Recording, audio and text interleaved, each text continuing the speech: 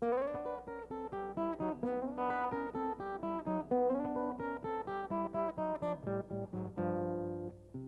my name is Dagmar Gerst. My name is here. And this is my friend Pasha. This is Naomi and her daughters Elizabeth and Erica. And we volunteered Animal Friends. In fact, Naomi and her daughters just fostered some kittens from Animal Friends, and they just took them out yesterday so that they can find good homes. Okay? Today we're going to talk about living with dogs. And dogs are, and I'm going to talk mostly about dogs, only because that's what I know best. I don't know too much about cats. How many people here have a dog? And how many people have a cat? Okay, good. Okay. Do you keep your cat inside, or does it go outside? Both. Well, you want to learn to keep your cat inside if possible, because it's very dangerous for cats outside. They can be hurt by running in the street. They can get into a fight with another animal, or they can eat something outside. Like because they're predators, they like to catch their own food. And sometimes if they're well fed, they won't eat it. But they might eat part of it. And if it's eating poison or something, then it can get sick from that. We're going to talk mostly about dogs. Sometimes it eats something that might be the predator, and if the predator's camouflage, so it just Right. Okay, this is a book, and I don't have enough of things for everyone, but this is Living with Dogs. Dogs are pack animals. It means that they like to live in groups because a long time ago, the original dogs were wolves, and wolves live in packs. So when you have a dog, they like to when they live in packs, there's a dog that's the alpha dog. That means the main dog. He's the one that's in charge. Now, when a dog comes to live at your house, it doesn't want to be the alpha dog. Somebody in your family has to be the alpha person. You could be the alpha person, your daddy or your mom or your sister. He's the one that's in charge. Okay, dogs. We're going to talk about living with dogs. First of all, when you're out on the street, lots of people walk their dogs. And when they walk their dog, it needs to have a chain, a leash, and a collar. And it needs to have identification. Now, this is Pasha, and I got her from the shelter. Pasha has a tag here that tells me that she has her license. She also has a tag that has her name and my telephone number on it. So that if Pasha, when I go out of here today, and Pasha would accidentally get away from me and someone would find Pasha, they could find me. They can look on her identification, and if that would fall off because she is registered, has a license, the license number on here, they would call the county and they would find out to whom Pasha belongs. Now, if you have a dog, your dog needs a license. If Pasha did not have her license, and somebody found her, and they brought her to the animal control people right here in Upper St. Clair, and they discovered who Pasha belonged to, and they called me, I would have to pay $300 fine because I did not have Pasha's license. So it is very important that you get a license, and they're very inexpensive, but it keeps your dog safe. If your dog is picked up and it doesn't have a license and it doesn't have any identification, your dog can be killed. The people will keep it, the shelters will only keep it for so long, and then your dog will be killed. And you don't want that to happen. So always have identification on your dog. Now, when you're out walking, most people in Upper St. Clair, I'm sure, walk their dog on a leash. When you see a dog that you would like to pet, you must always ask permission. That dog may not be friendly to other people. It may not be friendly to boys and girls. I have 4 dogs, and I have one dog that does not like boys and girls your age, because the lady that I bought her from kept her in a crate, and her children poked at her through the crate, and it frightened her. And so she doesn't like boys and girls your age. So you must always ask permission to pet a dog. You say, may I pet your dog? And if the person says, oh sure, my dog is friendly, you wait. If the dog comes to you, it means I want to be petted. If the dog backs away, it means today's not a good day to pet me. And so don't force yourself on the dog. Don't force yourself to pet the dog. And that's what the first one here says. Ask permission before petting a dog. Okay? Always approach the dog from the front. Never come up behind the dog, because that may frighten the dog. And when dogs are frightened, they may bite. So you don't want to come, you always want to head into the dog. You never want to look the dog directly in the eyes. Look above its head, look to the side, but never look directly in its eyes. And here's why. Remember what I said? Dogs are pack animals. One dog is the alpha dog and in charge. When two dogs meet, they look at each other. And if one dog looks away, that dog says to the other dog, okay, I'm not going to fight with you. I don't want to be the top dog. You're the dog that's going to be in charge. So when you look at a dog, because you see, dogs don't know that you're people. They just think you're funny looking two-legged dogs. So they expect you to act towards them like another dog. So if you look directly in the eyes, that's a challenge to them. And you don't want to do that. Okay? When you let a dog smell your hand, always let a dog smell your hand before you pet it. And some people say, show them a fist. Some people say, open your hand and pet it. I don't know which is best. A class that I took, they said if you close your hand and fist, if that dog is one that has been abused, has been hit, they may think you're going to hit it with a closed hand. If you open your hand, they know that you're not going to hit it. Some people say if the dog's going to bite and you open your hand, it's going to bite your fingers. I don't know which is the best way. When I approach a dog and I want to greet it, I always open my hand. Keep all my fingers together and let it smell my hand. If you're on the playground or you're walking to a friend's house and a dog runs up to you and it's not on a leash, it's escaped from its house, it's escaped from its owner, do not run. Stand perfectly still. And there's a picture here that shows stand like a mummy. You know what a mummy is? Stand like a mummy. Do not run. The reason that you do not run is because the dog gets excited. The dog may think that you want to play with it. So if you run, it's going to chase you. When it chases you, it gets more excited. And when it gets excited, it might bite. It might be a wonderful dog, very kind dog, but because it's so excited, it accidentally bites you. So if you meet a dog and it doesn't have a leash or a person attached to it, you stand perfectly still. You want to stand up here for a minute? Keep your arms at your sides and let the dog sniff you. Because that's the way dogs, they can't say, how do you do? My name is Joe, can they? So the only way they get to know you is by smelling around. More than likely, they are not going to harm you. They will smell you, and then they will run off because they're interested in something else. If they should start to jump,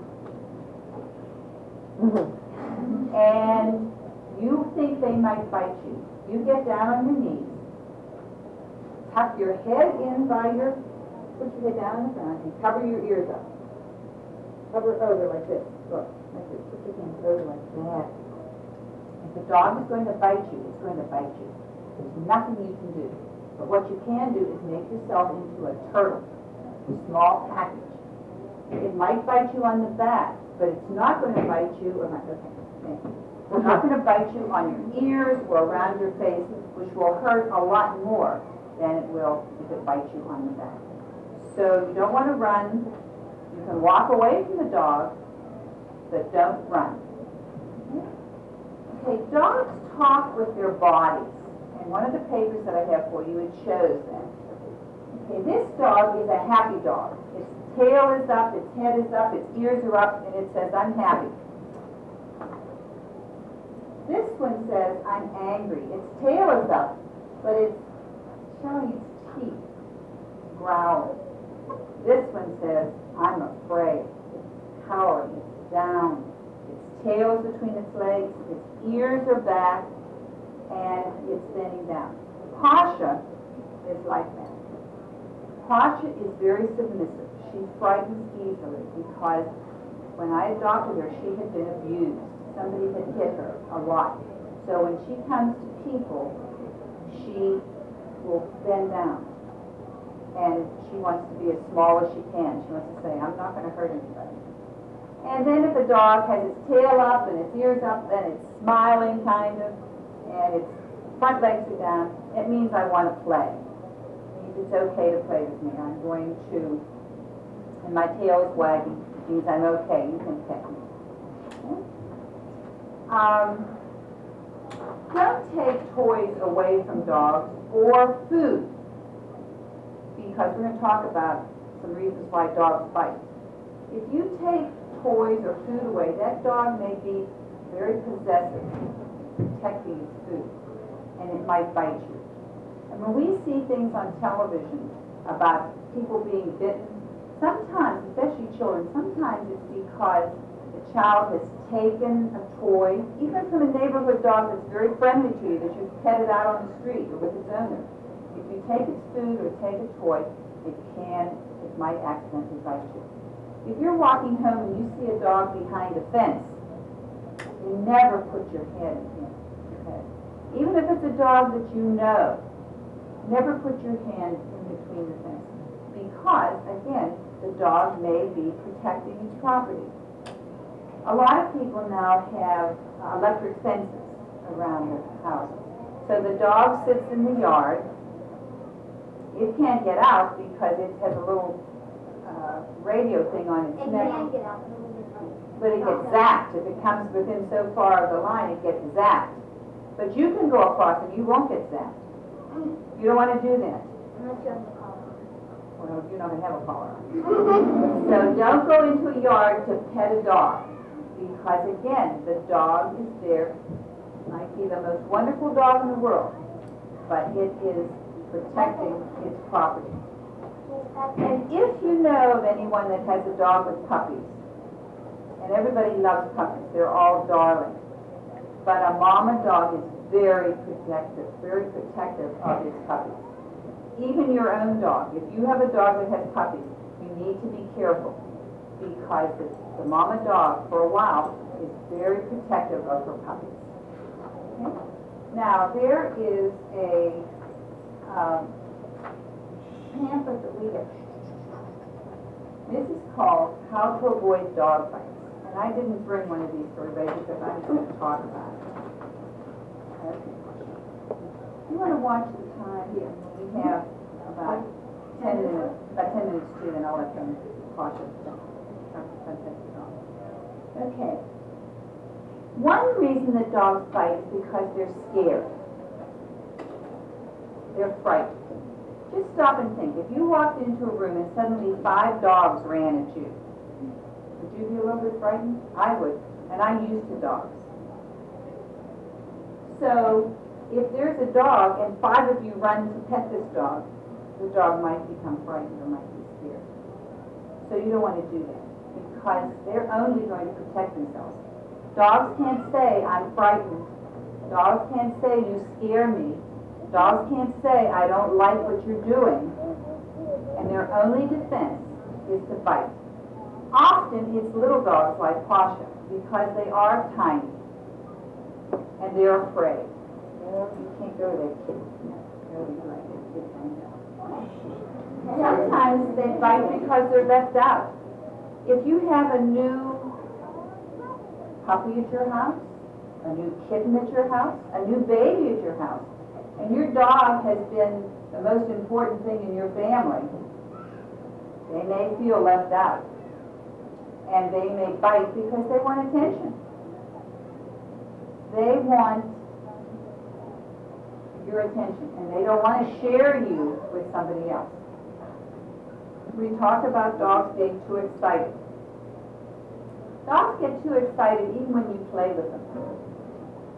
Even your own dog. Your dog needs to be played with. He needs to have exercise. But you don't want to play with them for a long, long period of time because they get too excited or they get tired out. Do you ever get tired after you play for a while? And when you get tired, how do you feel? Grumpy? Oh, I do. When I get tired, I feel very grumpy sometimes. I don't want anybody to be, I want to be left alone. Go away. Let me be by myself. And you know what? Your dogs and cats feel the same way. After you've played with them for a time, they need to rest.